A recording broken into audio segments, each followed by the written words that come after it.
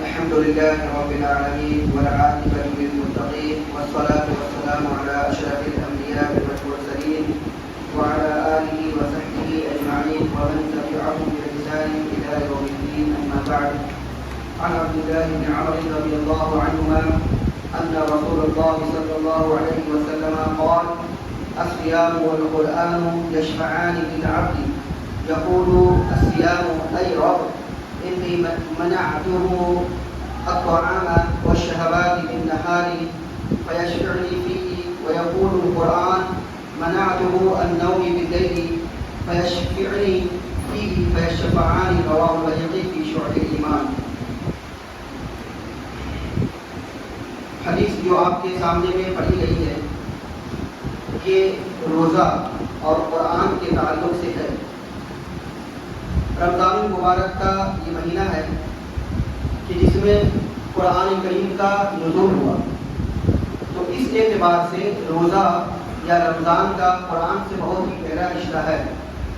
سلسلہ احادیث صحیحہ کی روایت میں آتا ہے، اللہ کے رسول صلی اللہ علیہ وسلم ارشاد فرماتے ہیں کہ قرآن کا جو نزول ہوا تھا یہ شب قدر میں ہوا تھا، یعنی قرآن جو مکمل ہوا یہ شب قدر میں ہی مکمل ہوا ہے.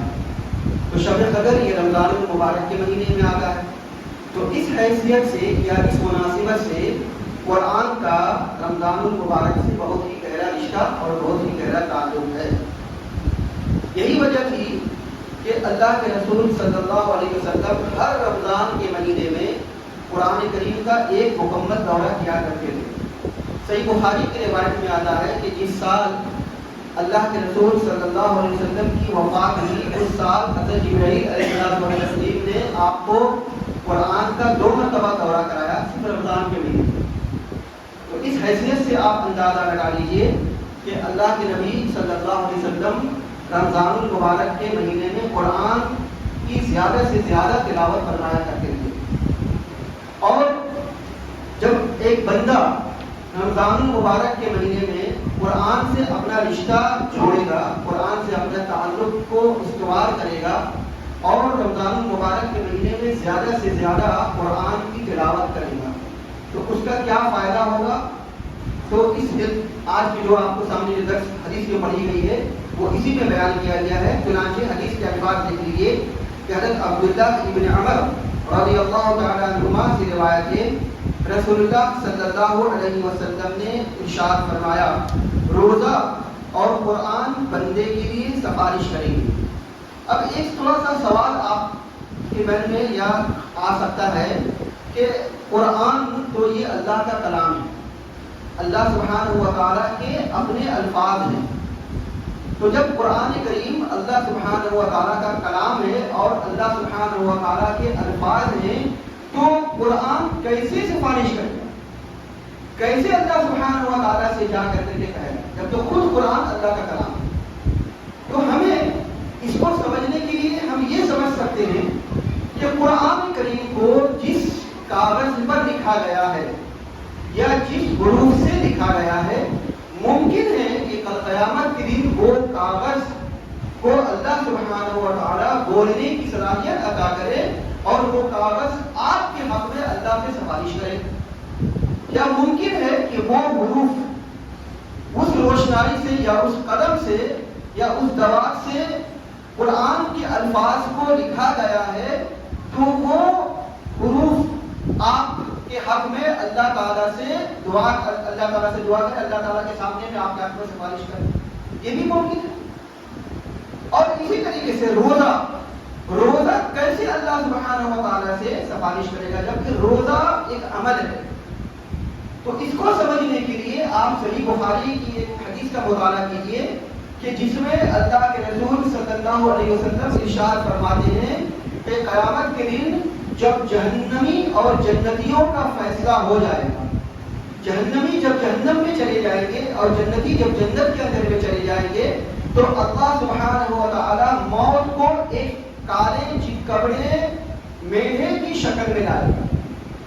موت کو اللہ سبحانہ و تعالیٰ نے کس میں داخل کیا؟ ایک میڑھے کے اندر میں داخل کر دیا، کالے چکبڑے میڑھے. اور اس میڈھے کو لا کر کے ذبح کر دیا جائے گا دونوں کے بیچ میں، گویا کہ موت کو ذبح کر دیا جائے گا۔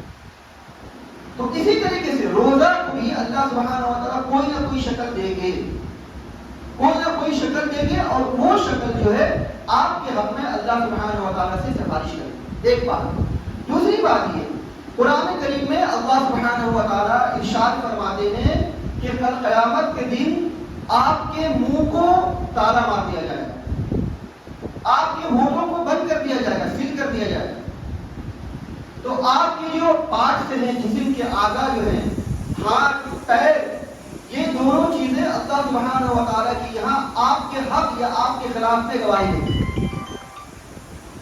آپ کے وقالوا لجلودهم لما شهدتم علينا قالوا انطقنا الله الذي انطق كل شيء۔ جب آپ کے ہاتھ اور پیر آپ کے ہی خلاف گواہی دیں گے تو آپ اپنے ہاتھ اور پیر سے کہیں گے لما شهدتم علينا، تو میرے خلاف گواہی کیوں دے رہا ہے؟ تو میرا ہاتھ ہے، تو میرا پیر ہے، میں نے لذت کی خاطر یا اپنی انا، اپنے من کی تسکین، اپنے من کو سکون پہنچانے کے لیے اسی ہاتھ کے ذریعے سے اور اسی پیر کے ذریعے سے میں نے کام کیا تھا، آج کیا ہے کہ تو میرے خلاف گواہی دے رہا؟ کل تو یہ ہاتھ نہیں اٹھے تھے جب ہم ظلم کر رہے تھے، کل تو یہ پیر نہیں اٹھے تھے، اس نے نہیں منع کیا تھا کہ یہ کام تو مت کر۔ کیوں نہیں منع کیا گیا تھا؟ اس لیے کہ آج ہمارے ہاتھ اور پیر پر میرا کنٹرول ہے، کل کنٹرول نہیں ہوگا۔ آج میرے ہاتھ پر میرا کنٹرول ہے، ہم چاہے تو اپنے ہاتھ کو روک سکتے ہیں غلط کاموں سے، کسی کو مارنے سے، کسی کو تکلیف دینے سے، ہم اپنے پیر کو روک سکتے ہیں غلط قدم اٹھانے سے، لیکن ہم نے روکا نہیں ہے۔ تو کل یہی ہاتھ اور یہی پیر اللہ سبحانہ و تعالیٰ کے یہاں پہ ہمارے خلاف گواہی دیں گے، کیونکہ وہاں ہمارا کنٹرول اس پر نہیں ہوگا، وہ عذاب ہوگا ہمارے لیے۔ تو فرمائے کہ لما شہدتم علینا قالوا انطقنا اللہ الذی انطق کل شیء، یہ ہاتھ اور پیر یہ کہیں گے کہ اللہ سبحانہ و تعالیٰ نے مجھ کو بولنے کی صلاحیت عطا کی ہے، میں ہر وہ چیز بولوں گی جو اللہ نے مجھے بولنے کی اجازت دی۔ تو اسی طریقے سے اس کے سمجھ لیجیے آپ کے روزہ اور قرآن کو بھی اللہ سبحانہ و تعالیٰ کوئی نہ کوئی شکل دیں گے، اور وہ روزہ اور قرآن کو اللہ سبحانہ و تعالیٰ اجازت دیں گے، وہ آپ کے حق میں اللہ سبحانہ و تعالیٰ سے سفارش کریں گے۔ کیا سفارش کریں گے؟ آگے حدیث دیکھ لیجیے۔ روزہ عرض کرے گا اے میرے رب العالمین، میں نے دن کے وقت کھانے پینے اور خواہشات سے اسے روکے رکھا۔ خواہشات کا مطلب یہ ہے کہ یہ چیز چاہا ہم نے اس کو روک دیا۔ ہر وہ خواہشات جس سے انسان کو دلی تسکین ملے یا جس سے انسان اپنی انا کو سکون پہنچا سکے، ہر وہ خواہشات کو روزے نے روک دیا۔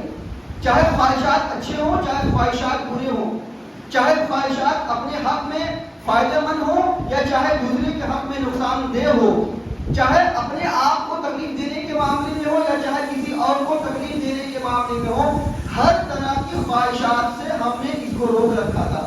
کیوں کہ تو روزہ ہے، روزہ دار ہے، ایسا تجھے کام نہیں کرنا چاہیے۔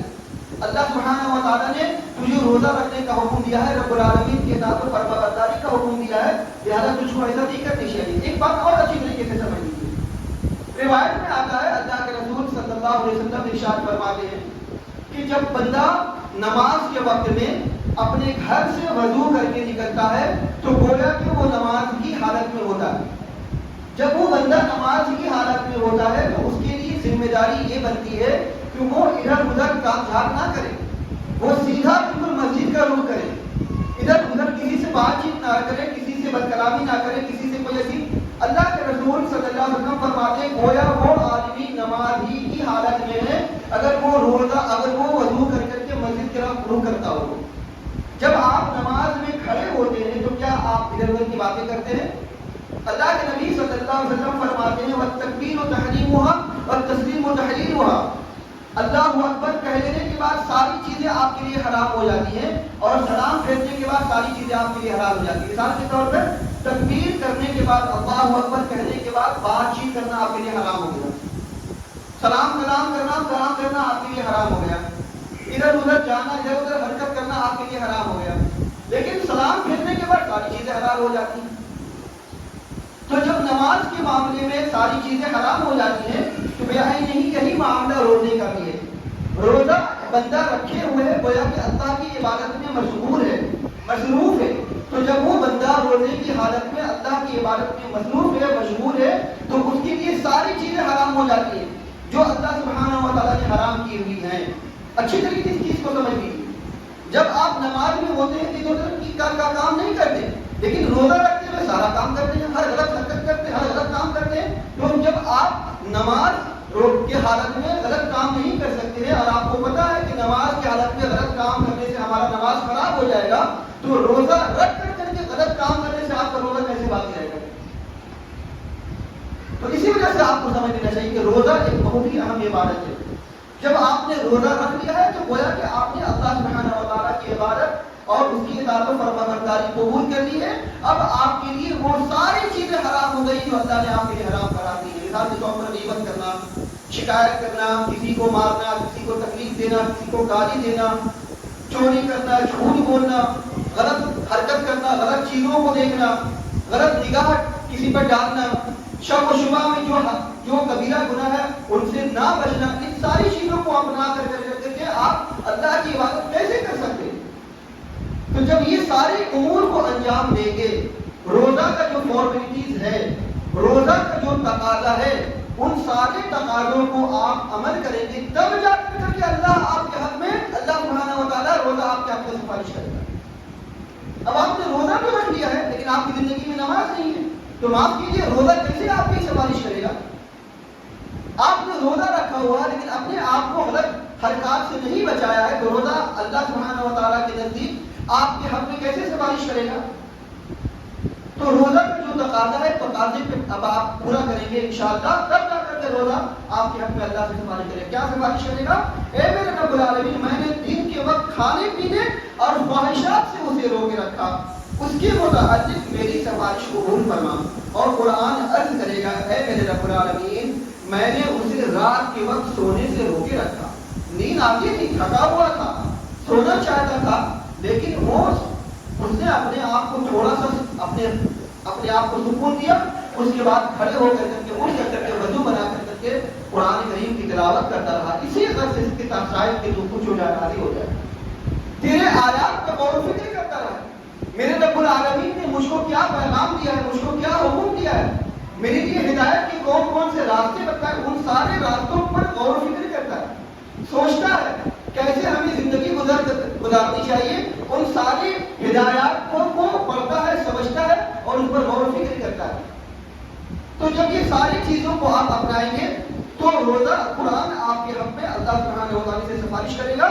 اللہ کے رسول صلی اللہ علیہ وسلم ارشاد فرماتے ہیں کہ ان دونوں کی سفارش قبول کی جائے گی, ان دونوں کی سفارش قبول کی جائے گی. تو یہ روزہ اور قرآن اللہ سبحانہ و تعالیٰ کی یہاں ہمارے حق میں سفارش کریں گے کہ قرآن کریم کا مطالعہ کیجیے, قرآن کریم کو پڑھیے. رمضان کا قرآن سے بہت ہی گہرا رشتہ ہے. گویا یہ سمجھ لیجیے کہ رمضان المبارک کا مہینہ نزول قرآن کا سالگرہ کا مہینہ ہے. اسی مہینے کے اندر میں اللہ سبحانہ و تعالیٰ نے قرآن کریم کو مکمل کیا تھا.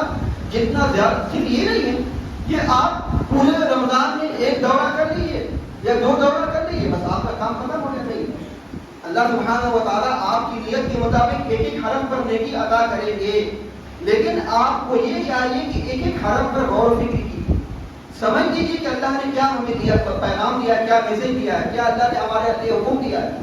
ایک ایک چیز پر غور و فکر کی. کوئی ضروری نہیں کہ آپ پورے مہینے میں ایک دورہ کے لیے, اگر آپ ایک پارہ بھی قرآن کریم کو پڑھ لیتے, سمجھ کر کے پڑھ لیتے, غور و فکر کر کے پڑھ لیتے, اور اس کے حکموں کو سمجھتے ہوئے پڑھ لیتے ہیں, تو انشاءاللہ گویا کہ آپ نے قرآن کا حق ادا کرنے کی کوشش کی ہے. کوشش تو کی ہے آپ نے. اور اس کے علاوہ آپ کو یہ چاہیے کہ جو ہم اپنا فضول وقت برباد کرتے ہیں ادھر ادھر کر کے, واٹس ایپ پہ, فیس بک پہ, ٹویٹر پہ, اور اسی طریقے سے جو بھی میچ چل رہا ہے رمضان المبارک کے مہینے میں, IPL وغیرہ جو چل رہا ہے, اس کو دیکھنے میں اور اس کو پتہ کرنے میں کس کا کتنا اسکور ہوا, ایک دوسرے کو میسج, ہاں ضروری میسج اور پیغام ہے تو آپ کیجیے, لیکن ضروری میسج نہیں ہے تو خواہ کا آپ اپنا وقت کو انٹرنیٹ پہ اور سوشل میڈیا پہ مت بتائیے. اپنے اوقات کو قرآن کریم کے سمجھنے میں, اس کو پڑھنے میں بتا لیجیے. انشاءاللہ یہی روزہ, یہی قرآن اللہ سبحانہ و تعالیٰ کے نزدیک آپ کے حق میں سفارش کرے گی. اللہ تعالیٰ سے دعا ہے اللہ سبحانہ و تعالیٰ ہم سبوں کو رمضان المبارک کے مہینے میں زیادہ سے زیادہ قرآن کریم کی تلاوت کرنے اور اس کے احکام کو سمجھنے کی توفیق عطا فرمائے. اقول قولی ھذا واستغفر اللہ لی ولکم ولسائر المسلمین.